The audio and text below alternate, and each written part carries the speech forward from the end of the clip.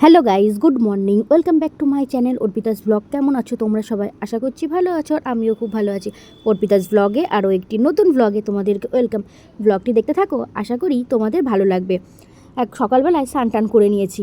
আজকে একটু উঠতে উঠতে বেলাও হয়ে গেছে। তারপরে মা দেখলাম উঠে পড়েছে। মা উঠে মায়ের কাজবাজ হয়ে গেছে। তো মায়ের না একটু ঠান্ডা লেগেছে, তাই মা বললো যে তুই স্নানটা করে পুজো দে। তাই আমিও আগে স্নান করে নিয়েছি, মানে তোমাদের দাদাভাই বাথরুমে যাওয়ার আগেই আমি তাড়াতাড়ি করে গিয়ে স্নান টান করে চলে এসেছি। তো ওইদিকে তোমাদের দাদাভাইকে চা করে দিয়েছো, এখন চাটা খেয়ে ফ্রেশ ট্রেশ হবে। আর এদিকে আমি স্নান টান করে চলে এলাম ঠাকুর ঘরে পুজো দেওয়ার জন্য। আজকে হচ্ছে বৃহস্পতিবার, তো মা হচ্ছে সমস্ত ঠাকুরের বাসনগুলো প্রত্যেক দিনই মাজে, তার সঙ্গে প্রদীপ ঘণ্টা এইগুলো না মেজেছিল, মানে একটু নোংরা হয়ে গেছিলো। তারপরে এখানে দেখো এখন প্রদীপে আমি তেল দিচ্ছি। আর এই প্রদীপটাই না পলতে পড়াটা একটু অসুবিধা হয়। তো মায়ের তো এর মধ্যে স্নান হয়ে গেছে, তাই মা বললো দিয়ে প্রদীপটা আমি পলতে পড়িয়ে দিচ্ছি। আর এই প্রদীপটা না বেশ ভালো, না তো পাখা চললেও না নেভে না। তো এখন সেগুলো রেডি করছি। তারপর এদিকে দেখো গাছের তো ফুল তুলেছিল, আর গাঁদা ফুলগুলো বাড়ির থেকে নেওয়া ছিল। তো ফুল, তারপর ওখানে রয়েছে বেলপাতা। আজকে যেহেতু বৃহস্পতিবার, আমাদের ঘরে মা মনসা রয়েছে, তো প্রত্যেক বৃহস্পতিবারেই মাকে দুধ কলা দিয়ে পুজো দেওয়া হয়। তো ওইদিকে গোপালও ঘুমাচ্ছিলো, গোপালকে ঘুম থেকে তুলে দিয়েছি। তো এখন পুজোয় দেখো, এর মধ্যে কিন্তু আমার পুজো দেওয়াও কিন্তু কমপ্লিট হয়ে গেছে। আর আজকে পুজো দিতে বেশ খানিকক্ষণ সময় লেগে গেল, যেহেতু বৃহস্পতিবার। তারপর ওদিকে প্রদীপ টদীপগুলো রেডি করতে হলো, প্রায় 1 ঘন্টা লেগে গেছে। তো ওইদিকে এখন আমি পুজোটা দিয়ে নিচ্ছি। আর সকালবেলায় দেখবো পুজোটা দেওয়া হয়ে গেলে না মনে হয় একটা বড় কাজ হয়ে গেল। যেহেতু আমরা তাও সকালবেলার দিকে পুজোটা খুব কম দিই, মানে যেনকা মা বেশিরভাগ দিনে মাই পুজো দেয়, সেটা তো তোমরা দেখোই। হয়তো মা বলে যে আজকে তোরা পুজোটা দিয়ে দে, তখন আমি নাই দিদি ভাই পুজোটা দিই। আজকে যেমন মায়ের শরীর খারাপ, মানে ঠান্ডাটা লেগেছে, তাই মা বললো কি পুজোটা দিয়ে দে। ওদিকে দিদি ভাইয়ের এখনও স্নান হয়নি, তাই আমি স্নান টান করে আগে চলে এলাম ঠাকুর ঘরে পুজো দেওয়ার জন্য। হয়ে গেছে পুজো দেওয়া কমপ্লিট। আর প্রত্যেক বৃহস্পতিবারেই মা মনসা রয়েছে বলে দুধ কলা দিয়ে পুজো দেওয়া হয়। দেখো ঠাকুরের সিংহাসনটা কী সুন্দর দেখতে লাগছে, তাই না? আর ঠাকুরের সিংহাসন না সাদা ফুল দিয়ে সাজালে বেশ ভালো লাগে। তাও তো এখন আমাদের গাছে খুব একটা বেশি ফুল ফুটছে না, গরমে তো আরও ফুল ফোটে। এদিকে মায়ের জন্য চা বসেছিলাম, তাই মা বললো একটু আদা দিয়ে চা কর, ঠান্ডা লেগেছে তো, গলা খুসখুস করছে, তাই একটু আদা দিয়ে লিকার চা করবো। আর ওইদিকে পুকুর ম্যাডাম পড়াতে আসবে, তা ওইদিকে দিদিভাই আবার দুধটা গরম করতে বসিয়ে দিয়েছে। হয়ে গেছে মায়ের চা। চলো মাকে এখন চাটা দিয়ে দিই। এখন মা চা খাচ্ছে, দেখো নাক টানছে বারবার, মানে এত ঠান্ডা লেগে গেছে।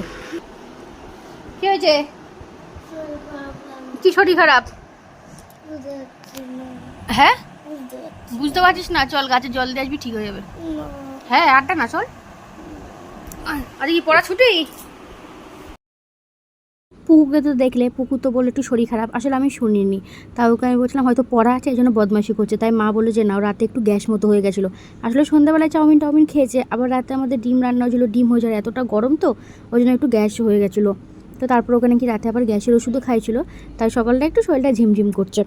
তো আমি চলে এলাম ছাদে এসে গাছে আমার জলও দেওয়া হয়ে গেছে। আর প্রচণ্ড পরিমাণে না রোদের তাপ, তাই মনে হচ্ছে আগে এসে জলটা দিয়ে দিলে ভালো হতো। কিন্তু আর সকালের আগে গেছিলাম ঠাকুর ঘরে, নাহলে প্রত্যেক দিন আগে স্নান টান করেই চলে আসি, মানে তুলসী মন্দিরে জল দিয়ে চলে আসি ছাদে জল দিতে। আর বেলাটা অনেকটা হয়ে গেছে, তো তাই দেখলাম যে আবার বেশ কতগুলো গাছে ফুল ফুটেছে, তাই সেই ফুলগুলোই নিতে এসেছি। আর গরমেও না, মানে অন্য সময় দেখবে গরমকালে কিন্তু বেশি ফুল ফোটে, আর এবার যেন ফুলও ফুটতে চাইছে না।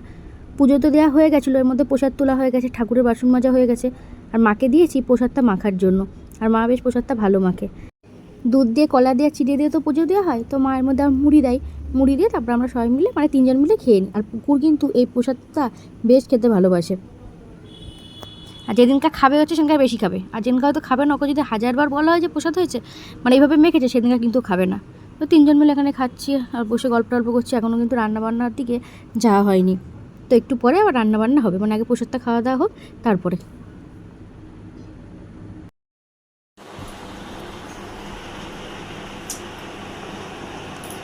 দেখো কাম্মা ইয়ে গোছাচ্ছে, বালিশ গোছাচ্ছে। বালিশ বানাচ্ছে না বিছনা গুছাচ্ছে? গোছাচ্ছে। কোনটাকে ধরে দেখো স্ট্রবেরি কিনেছি আমি, দেখো বিছনা গুছায়, তারপরে এখন কাজ বাজ। চাবিনি সরা, চাবিনি কিন্তু লোকে দেখে যাবে, বন্ধ করে। তারপরে দেখো চলে এলাম রান্নাঘরে। ওদিকে বিছানাটা আজকে গোছানো হয়নি, তারপর বিছানা টিছানা গুছিয়ে নিলাম। এবার চলে এসেছি রান্নাঘরে। তো রান্নাঘরে হচ্ছে দিদিভাই ওদিকে সবজি টবজিগুলো বানাচ্ছে, আর এইদিকে আজকে আমি আলু আর বরবটি কেটে দিয়েছে, ভাজবো না, মানে আলু আর বরবটি বেশিরভাগ ভাজা হয়, কিন্তু আজকে ভাবলাম আলু আর বরবটিতে তরকারি করি। তাই আলু বরবটির তরকারি বসিয়েছি, আর ওইদিকে প্রেশারে হয়তো পুকুর ভাতটা বসিয়ে দিয়েছিলাম। আর এদিকে আজকে হয়েছে রুটি করব না, গোলা রুটি করবো, কেননা অনেকটা না বেলা হয়ে গেছে। এখন রুটি করতে গেলে অনেকটা টাইম, তারপর আবার দুপুরে রান্না বান্না, গরমের মধ্যে না তাড়াতাড়ি রান্না বান্না না হলে ভালো লাগে না। এমনি আমাদের মানে তাড়াতাড়ি হয়ে যায়, আর এখন যদি রুটি করতে যাই তো দেরি হয়ে যাবে। তাই ভাবলাম থাক, আজকে আর রুটি করবো না, গোলা রুটি করে নিই। আর গোলা রুটি করছি, ওইদিকে আলু দিয়ে বরবটির তরকারি হয়েছে। আজকে সকালের জলখাবারে এটাই বানানো হবে।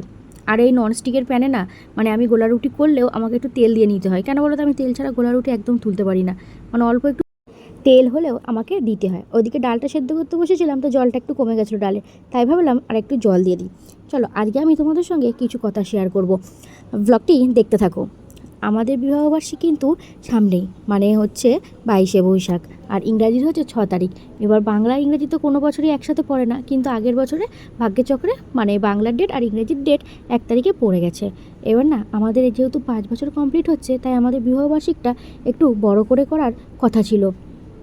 তো সবাইকে যখন বলাতে সবাই বেশ আনন্দই পাচ্ছিল যে না, বিবাহবার্ষিকটা একটু বড় করে হবে। তো সবার মনেই দেখবে একটা আনন্দ হয়, তাই না? তো আমরাও বেশ এক্সাইটেড ছিলাম যে না, 5 বছর যেহেতু কমপ্লিট হচ্ছে, তো একটু বিবাহবার্ষিকটা বড় করে হবে।